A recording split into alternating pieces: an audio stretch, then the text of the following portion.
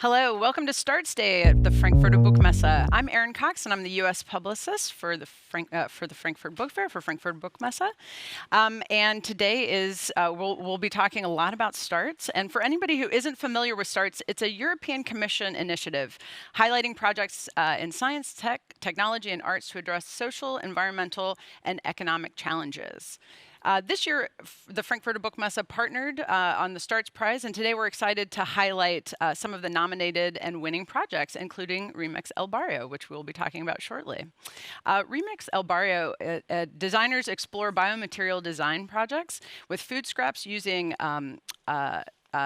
artisanal techniques and digital fabrications, and we'll be seeing a video about that just shortly. But first, I would like to introduce all of our speakers for today on our panel, where we'll be talking about this subject in across media and publishing and the arts. So first, let me introduce our speakers. So Anastasia Pistofido and Marian Real from the IAAC Fab Lab Barcelona. So let's welcome them. Kajsa Schwerthofer from Erkam Verlag, and Kai Mieserberg, who's here with me in the studio, from Arte. Before we kick into the video, Anastasia and Marian, do you want to talk for a second just about Remix El Barrio? What was the sort of impetus for the project? Hello, everyone. Good morning.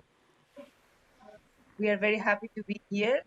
And yes, Remix El Barrio, it has transformed to a collective that wants to bring circular practices implement it locally in the districts, but also document it in a way that they can be replicated globally. Marion will tell you.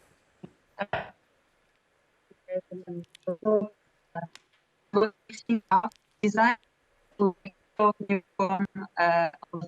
with resources that we not use halfway, and we really want to present just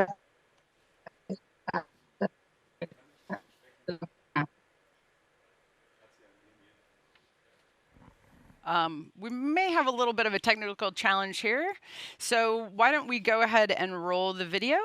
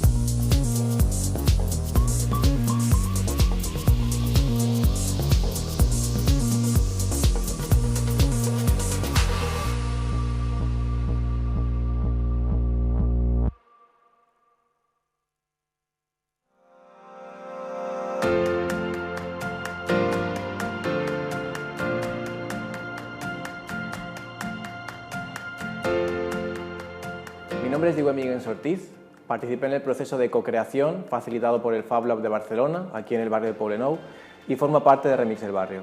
Remix El Barrio es un colectivo de diseñadores de biomateriales hechos con restos alimenticios. Estamos explorando nuevas técnicas de ecodiseño colaborativo que involucra redes locales, fomentando prácticas circulares de residuo cero. Estamos transformando los restos de comida en nuevos materiales, productos y servicios, haciendo papel y envases a partir de residuos de cáscara de café, creando lámparas, sillas y macetas originales a partir de huesos de aceituna, cáscara de huevo, mate diseñando una chaqueta hecha con pieles de naranja, creando tintes naturales a partir de huesos de aguacate, jabones a partir de aceite usado, galletas y snacks para vecinos o animales a partir de las mermas de restaurantes.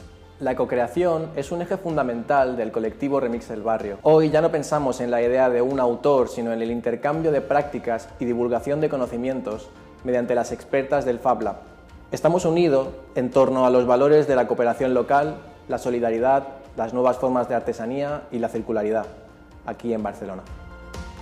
What if in the following years food waste will become our new treasure?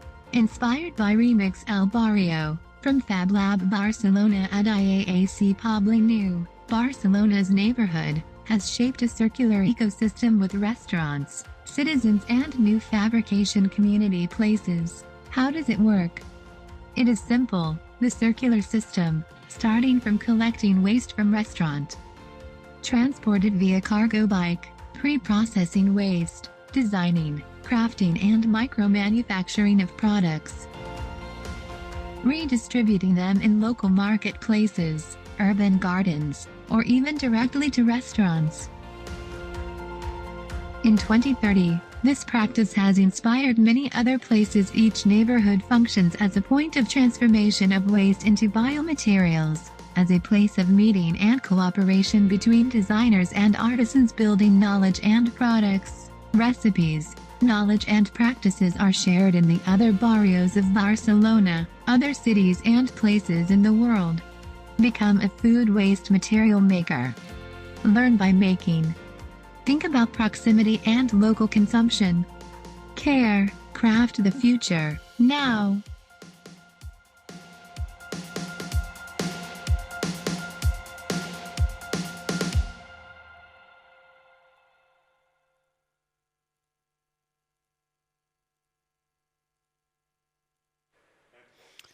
Hi. Oh, wow, that was so interesting. Anastasia and Marion, can you hear us?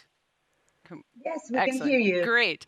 Can you tell us a little bit about how you came up with the idea for Remix el Barrio? Yes, for sure. It came from many different ideas that were from the project that was happening in the area of Barcelona, in this district, Poblenou, and inside the ecosystem of the Fab Lab. It came with this need that we need to rethink locally what we need to, how we can be involved as citizens, as designers, to shape circular design and circular economies.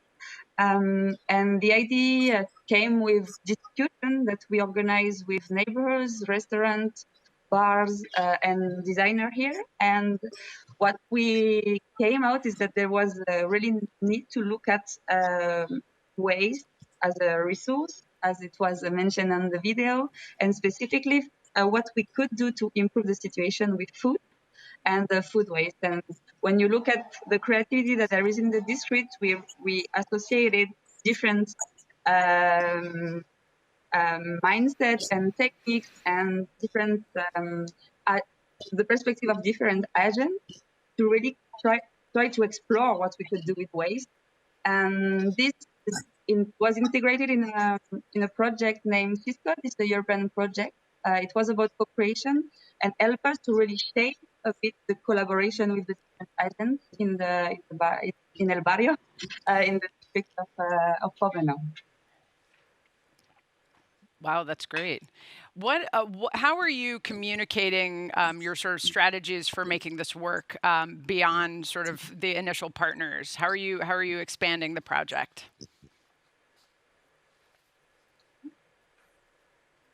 So first of all, we have a stakeholder mapping, and it is really about working with the people. It is going and having one-to-one contact and understanding different realities and needs. And later on, the project was each one made each of the participants took a role that had a charge to continue this collaboration. So basically, the people, the designers that they were incubating, they continue fomenting and opening more collaborations with the district. they became active agents. And afterwards, also we had some exhibitions that they were locally, and in the zero waste restaurant that was also part of the project, and also, which means in an informal way, but also in the design museum here in Barcelona. So the program got everybody got to know the program, and we also had a manifesto for policymakers. Oh, wow. I think you have a presentation. Do you want to share that with us? Yes, thank you.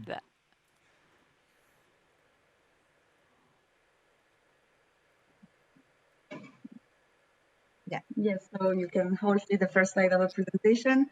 It's a nice creation from Nai Factory Lab, which is one of the designer of Remix El Barrio. And I will explain briefly a bit so you can see also all the faces of the designer and who we are. Just the manifesto that Anastasia just mentioned.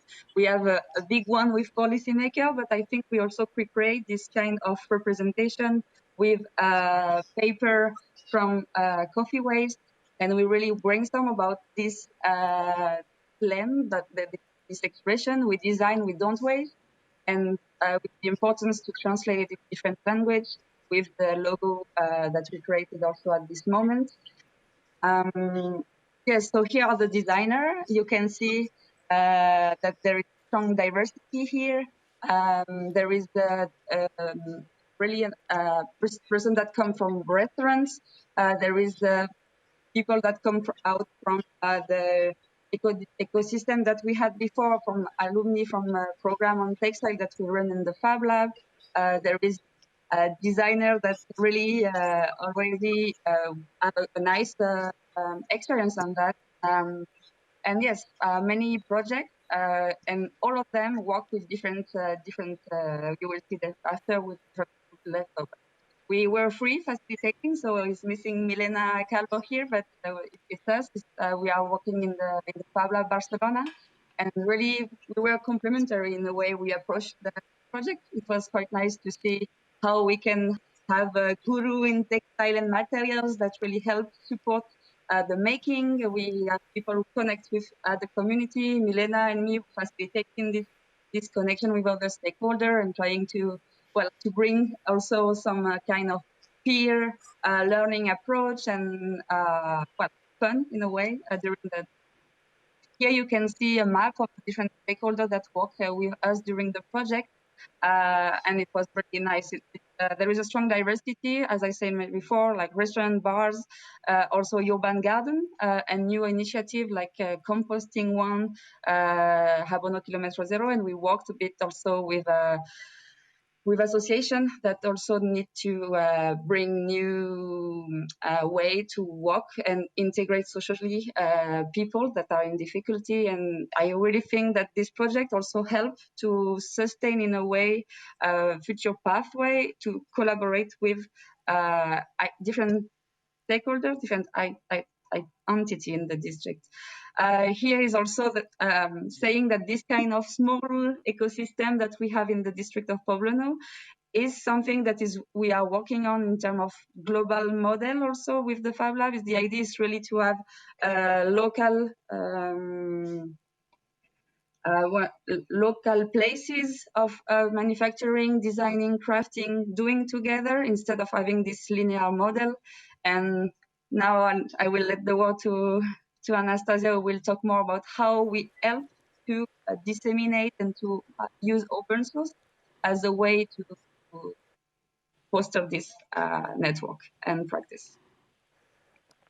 So we come from a co-creation session where we understand what are the needs, what are the tendencies, and what the district is talking about. We have our values that are sustainability, circularity, local distributed manufacturing.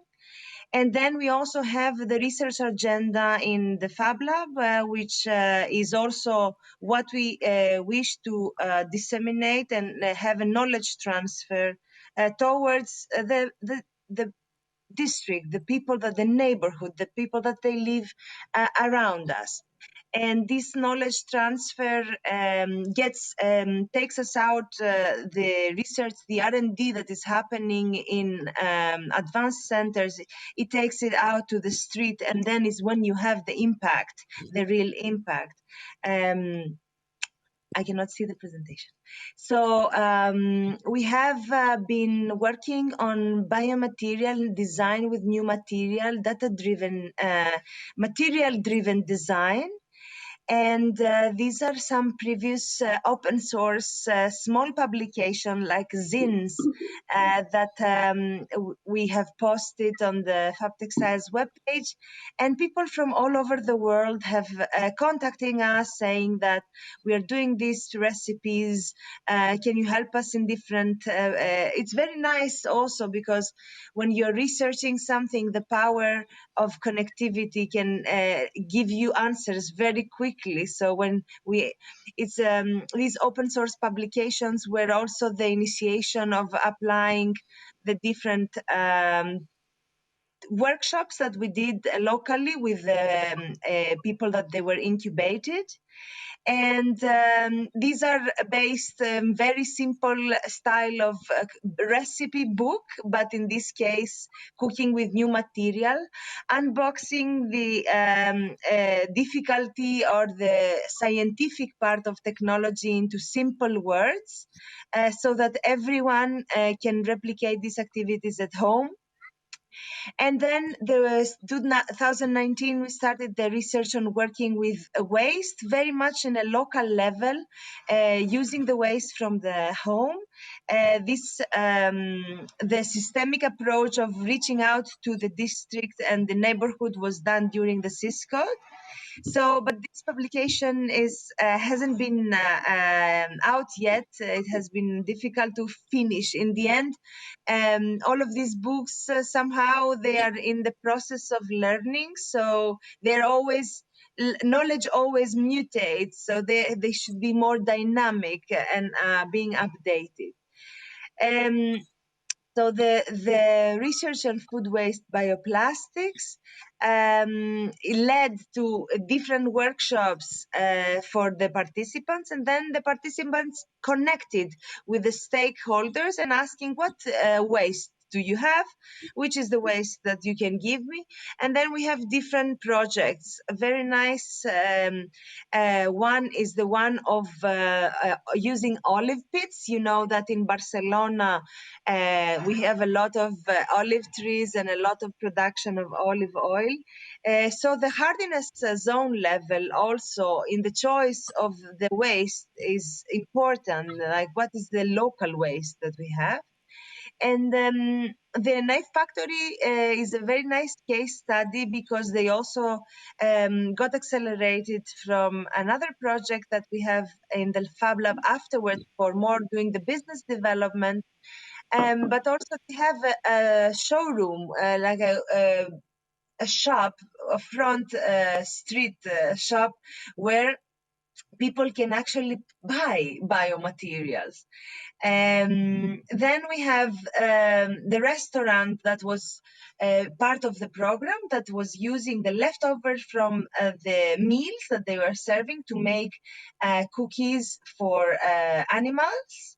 And this also project got a lot of attention by winning some mention in sustainable local national awards. Then using natural dyeing. Natural dyeing is a big research here in the textile lab, and getting back to understand where do colors come from is very important. In this case, we work with avocado pits that make pink, and we made different colors, but also dyeing textiles and silk screen printing with natural dyes. Super important, the fact that used oil is something that should not be thrown in a normal sink. It should be managed, and the use of used oil is also a very old and craftsman technique of making soaps and oils. A platform for connecting all of these initiatives of local producers that they have waste, material designers that they offer to use this waste and design with it, and industries that they want to scale up. We also worked in bio leather, fruit leather made from orange peels, and 3D printed, extruding 3D printed cookies from peels and the rest of the peel rests. Then using egg shells and yerba mate to make objects of interior design. And one project that I think it's more relevant for the Frankfurt Buchmesse is the coffee paper and packaging made from coffee husk. So this was a graphic designer that wanted also to use biomaterials as a way to communicate. So his proposal was to make packaging and paper that were laser engraved. And also we made the whole exhibition made out of recycled paper and coffee grains. So when we made the exhibition, everything, all the branding, the posters, everything was made out from recycled pulp and also coffee grains that were laser engraved. It's a very unique aesthetic, but maybe a little bit rustic, but it was very coherent when you want to make something that is zero waste and completely circular. Then we have also presentation of the research that was done before in the Fab Lab, in the Fab Textiles research group, where we had already many different ways making more applied into biofashion, and also the natural dyes, Pantone, that can show you that you can achieve everything with nature. So in our understanding, we did a lot of documentation of the project, which is basically a part of our core open source culture. We say that if you didn't document it, you didn't do it. And this also enables and allows many people all over the world to follow our tutorials and our open source publications and remix different cities, villages, districts. So remix the globe is something that we also wish to see the project getting implemented in different contexts, and seeing how we can make a zero waste circular district using and involving agents from the neighborhood that also brings them together and makes community. Wow, that's so interesting. Is the project, because it's open source, is it a lot about empowering other people to sort of come up with their own ideas of how to use these, sort of your template or your recipes and things to sort of create their own ideas of how to make things sustainable in their own lives and share that? Yeah. Definitely in a small personal level scale, of course, but also in a systemic level, because the Fab Lab Barcelona has this methodology of conducting and creating a productive Fab City, what we call. So locally bring back manufacturing production, but in a new sustainable and circular way. So rethinking about how the industry works as well.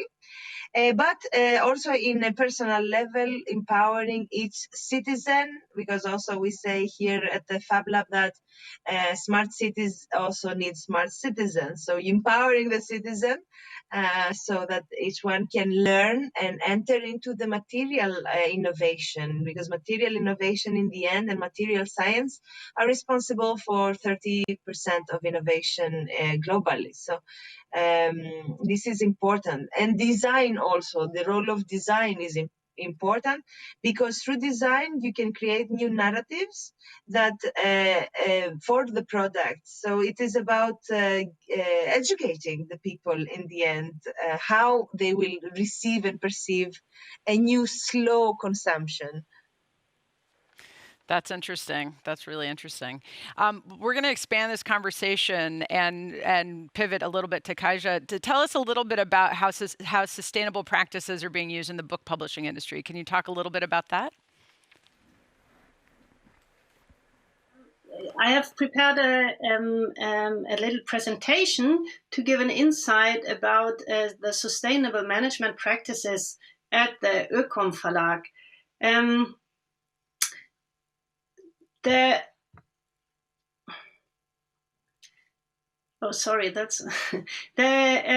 Jakob Radloff founded the publishing house Ökom Verlag in 1989 in Munich in order to develop and promote ideas of sustainability.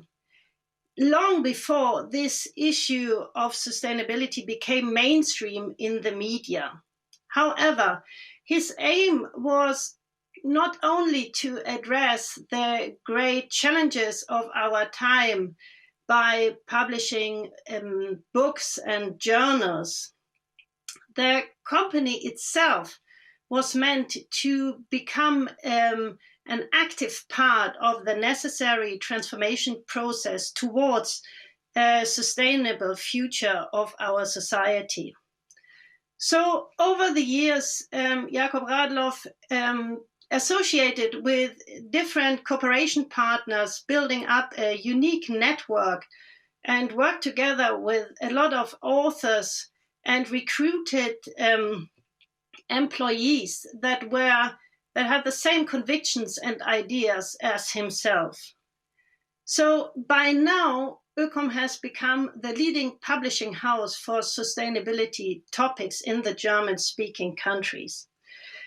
Apart from that, the company's expertise on sustainable publishing practices has become well known within the branch and even beyond. However, sustainability at Ökom does not just mean green publishing. Ökom is a social enterprise focusing on participation, on transparency, and work-life balance. Training schemes for all employees as well as for the trainees is offered regularly.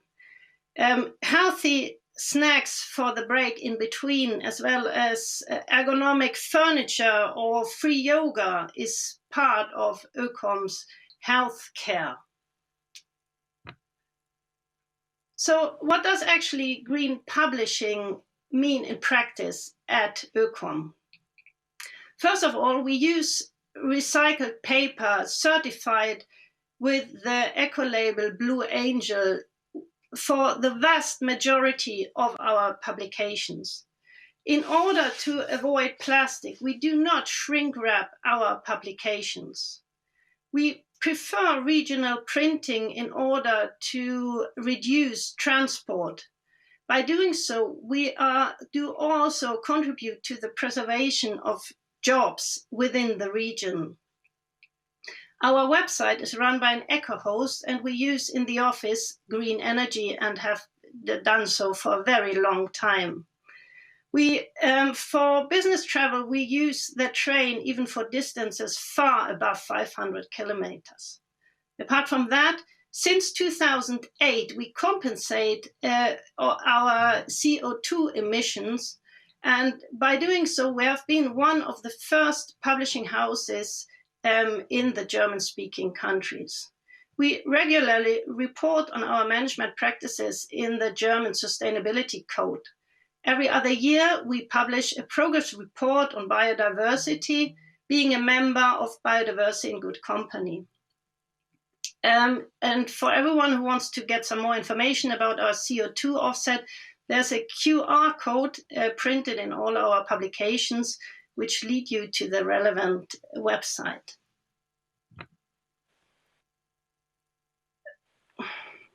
sorry, that's the wrong presentation, the wrong version, but I That's all right.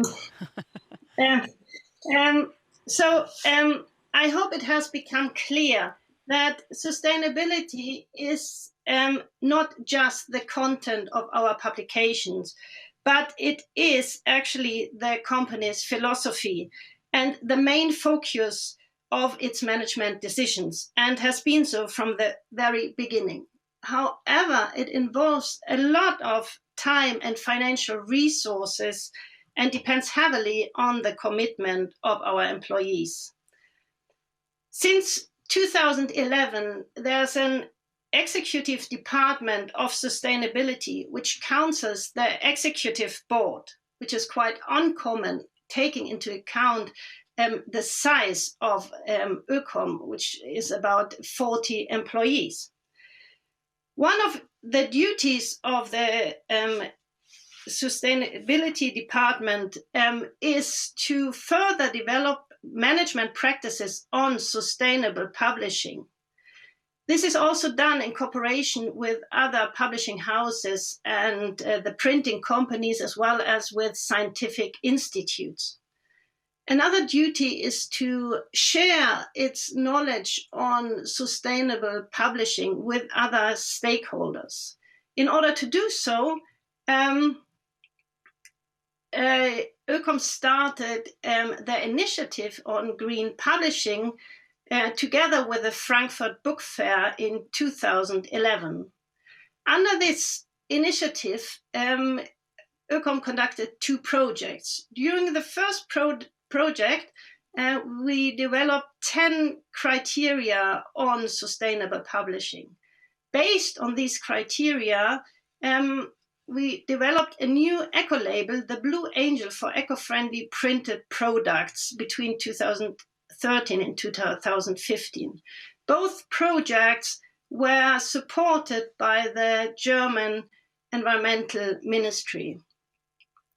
Its aim was to raise awareness for sustainable publishing, gathering existing and developing new sector-specific standards for sustainable publishing, and provide guidance for the publishing industry. To keep it short, I just want to mention some of the criteria. First of all, for all publications, certified recycled paper should be used. Genetically modified ingredients are not allowed. Printing ink should be free of mineral oils. After use, recycling should be possible without any limitations. At the printing houses, an energy management system should be implemented, and water and chemical use should be kept at a minimum, as well as the volatile organic compound emissions which harm the climate should be kept as a minimum as well. And regional material flows throughout the whole production phase should be implemented. So that's all. There's another slide showing the Ökom Verlag at how we joined the young climate strikers at the global climate strike in September this year. Also, this is for us very important to support such movements. Thank you for your attention. Thank you so much. It's I know from the perspective of other publishers, one of the complaints is, or one of the questions is always, what is the cost to be sustainable? And that's sort of usually it's the cost that stops them from taking some of these measures. Kaja, can you tell us a little bit about what it costs to be a sustainable publisher? Yeah, a book produced taking into account sustainable criteria on publishing cost up to 30% more. However, as I said at the beginning, the aim of the foundation of the publishing house Ökom was to disseminate and promote ideas of sustainability, not to maximize profit.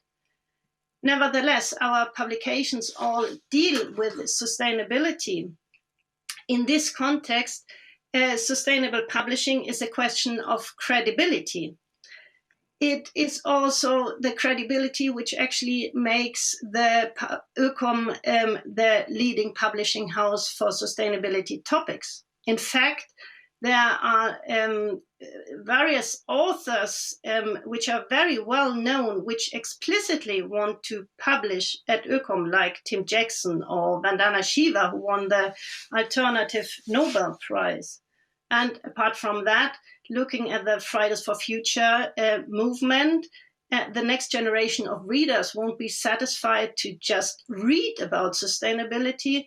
They expect the publishing industry to become itself part of the transformation process towards a sustainable future of our society.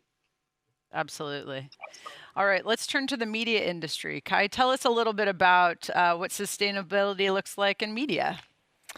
Well, there's a lot happening as well. I mean, maybe not as much as a specialized project for circular economy or the publishing house, but we are now at Arte now since really years, quite active in that field. So we were able to lower the emission, the carbon emission.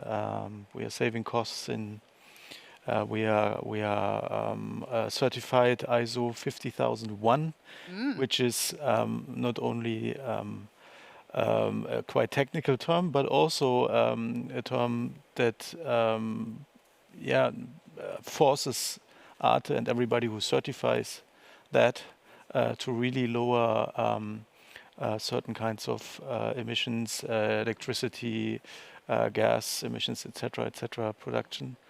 And we are also doing a lot in motivating our employees at Arte in Strasbourg to come by bike, for instance, to work. We are, I think, the 4th or 5th time we won the title of the employer who carries most of the employees to their headquarters to work in the office. And now we are looking into together with our CSR person into many different other fields, not only measuring the carbon footprint, but also thinking about other concepts, how we could implement ideas into content, but also in the way art is run. It's quite an important subject for us. And we are really looking into different concepts, and maybe I can point out some here in my presentation. Just the clicker. Thank you. I'm just to present myself a little bit. I'm head of mission innovation at Arte, which means I have the honor to deal with the television of after tomorrow. So mission innovation is really dedicated to look into what is in front of us, and sometimes years in front of us. Sometimes it can be maybe even longer, we see. So we do different activities. One is the group innovation, which is an internal round of people meeting together and exchange about different subjects of innovation. The second one is a masterclass. So we invite people from outside of the company to inspire and to tell us about really the big tendencies and the things we shouldn't miss. So for instance, we had someone from France and from Germany in spring this year at Arte to talk about the concept of handprint. So the footprint, we know more or less what it means, but handprint is a bit more positive concept in saying, okay, if you read this book, which is printed climate neutral, etc., you do an impact in doing so, and not only saving some emissions. That's quite interesting. That is interesting, yeah. Yeah, and then we have different projects we're working on. So, for instance, how can we be more responsible in looking into the distribution of your videos over the internet, which is a huge subject since some years. We are working together with Fraunhofer Institute on that, for instance, but also projects which deal with artificial intelligence or other subjects, in finding out how can we, what is the optimum to do an interview with someone at the other end of the world, in maybe not traveling, in working with local teams, you know, and all these sorts of things. That's in the projects part, and I could go into details maybe later on. Sorry. These are some, there's maybe a bit of an overview of what happened, what happens now, and what will happen. Some kind of predictions and subjects. So in the sense of, let's say, a timeline, the year 2000s, there were kind of Internet of Things. It was not mass market, was not really big for everybody. In the last 10 years, we had an Internet of all day. So I think everybody, more or less everybody has a computer in its pocket, and sometimes even two. With all things related to that, and different kind of buzzwords, you can read them out. And now we are facing more or less an Internet of Life. An example is, like here from Frankfurt, the BioNTech vaccine, which was done thanks to AI, machine learning, different kind of things, but also show the interconnectivity around the world with what happened in China, which spread in the sense of information as fast as possible and quickly all around the world. So that's maybe an example which shows the both possible sides. Obviously, the challenges with climate change, but also stuff like holography, token economy. Holography is interesting in, maybe getting our panelists from Munich and Barcelona here as holograms. Some TV broadcasters doing that already. That's great. So that's just some examples of what we see, what happens now with audiovisual media.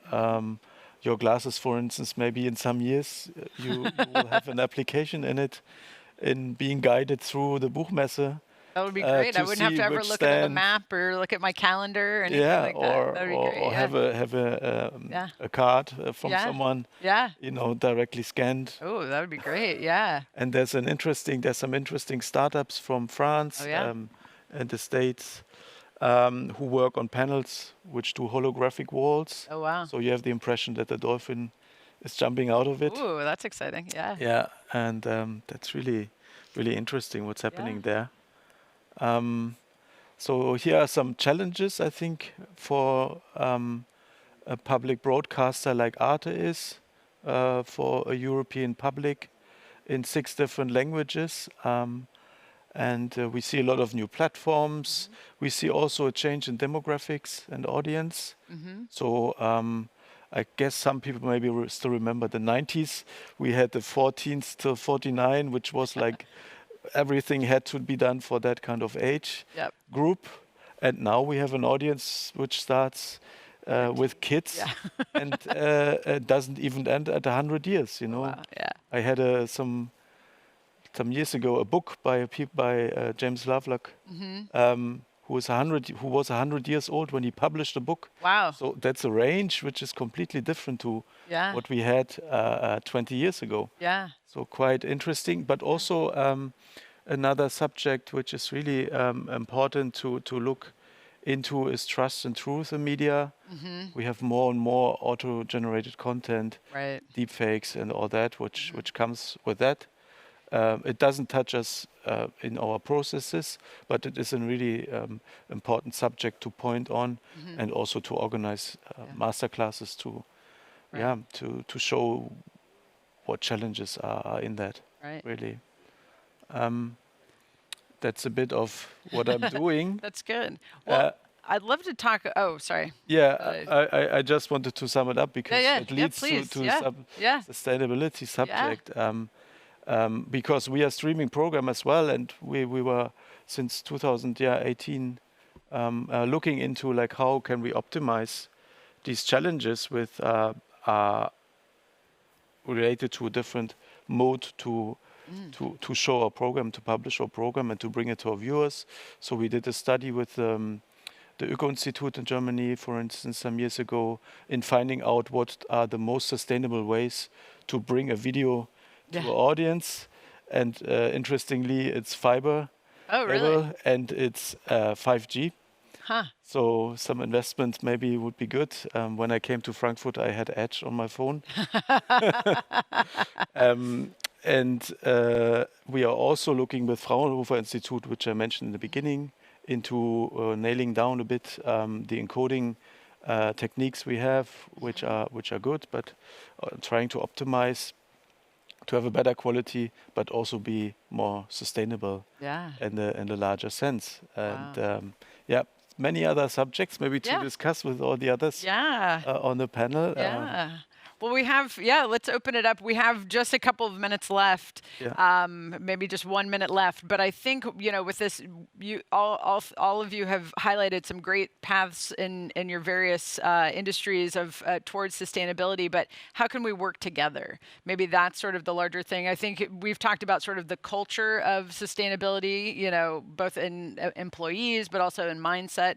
How do we work together in all these different industries to sort of move towards a larger sustainable world? Maybe Anastasia and Marion, do you want to take that question? You may be muted.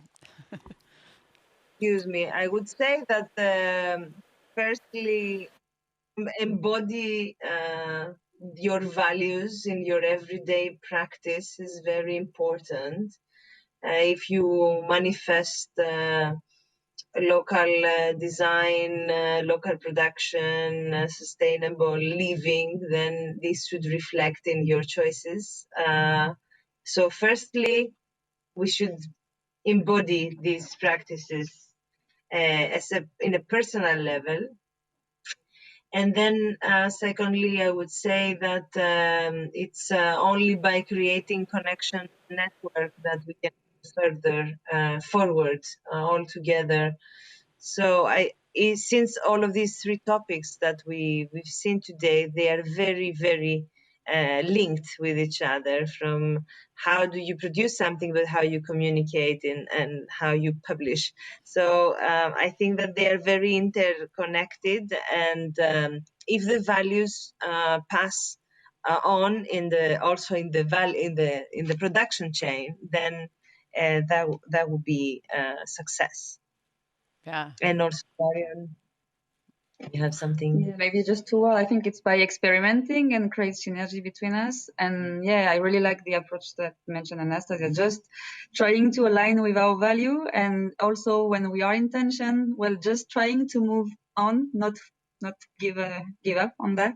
And I think it's the message that it's here in Barcelona, in this network that we are creating, is to get positive and trying really to rely on experience, knowing better our impact, and just experimenting with.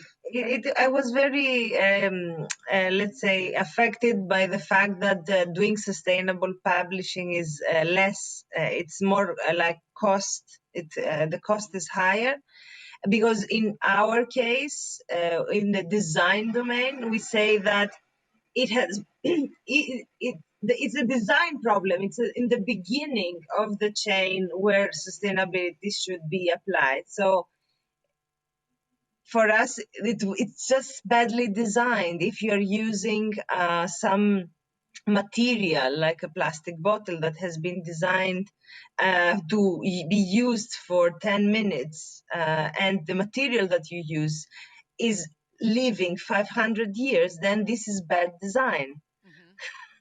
Yeah. So we need to redesign books. Is that what you're thinking? Yeah, I mean, why not? Also, in the sense of looking that the book nowadays is a precious object, because we also have all the digital everything, and now the book has a different meaning. And this is why also I think that also Remixel Barrio looks a lot into the Japanese culture. And I think we should inspire a lot from the Japanese culture in this aspect. Well, I think we've opened up a lot of doors for conversation and looking at various industries and various ways of sort of innovating and moving towards a sustainable future. So thank you all to all of our speakers today. I'm sorry that's the end of our time, but everybody who's watching, stay tuned for our next Starts Day panel. And thank you all.